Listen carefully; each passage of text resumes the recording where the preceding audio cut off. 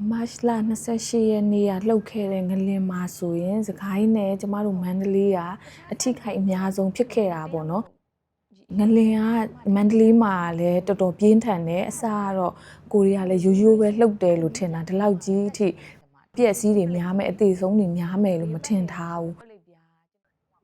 ပထမဆုံးငလင်လှုပ်တဲ့ရက်တော့ဖုန်းလိုင်းတွေလည်းအကုန်ပြက်ဝန်ထမ်းတွေထဲမှာလည်းတချို့တွေဆိုအိမ်ပြိုတဲ့လူတွေလည်းရှိတယ်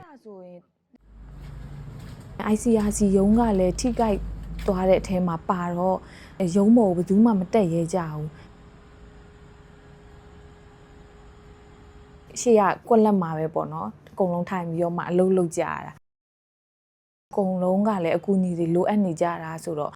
operation တွေကအဲ့လိုလုံးဝရပ်ထားလို့တော့မရဘူးပေါ့နော်မြန်မာနိုင်ငံကြက်ချီနီအသင်းနဲ့လည်းပူးပေါင်းဆောင်ရွက်မှုတွေရှိပါတယ်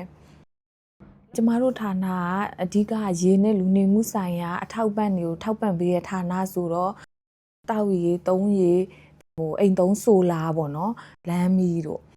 ပြီးတော့အိမ်သာတို့အဓိကထောက်ပံ့ပေးတာပေါ့နော်ကျမတို့ ICRC ကတော့ဒီငလင်းဆောင်စခန်းတိုင်းကိုတော်တော်များများရအောင်သွားတယ်သွားပြီးတော့အဲ့မှာလူတွေနဲ့စကားပြောတယ်ဘာတွေလိုအပ်လဲလိုအပ်တာတွေမေးတယ်မေးပြီးတော့မှကျမတို့အတက်နိုင်ဆုံးပေါ့နော်ဖြည့်ဆည်းပေးခဲ့ပါတယ်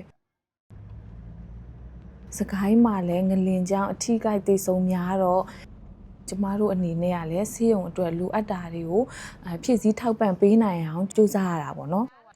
ငလင်လောက်ခတ်ခဲ့တာ6လရှိပြီဆိုတော့အရေးပေါ်လိုအပ်ချက်တွေတော့ညော့နေသွားပြီဆိုပေမဲ့ရင်းနဲ့လူနေမှုဆိုင်ရာလိုအပ်ချက်တွေကတော့အခုချိန်ထိရှိနေတော့ပေါ့နော်ကျမတို့ ICRC အနေနဲ့ကတော့ဒီလိုအပ်ချက်တွေကိုအတက်နိုင်ဆုံးနဲ့အကောင်းဆုံးဖြည့်ဆည်းပေးနိုင်အောင်ကြိုးစားနေပါတယ်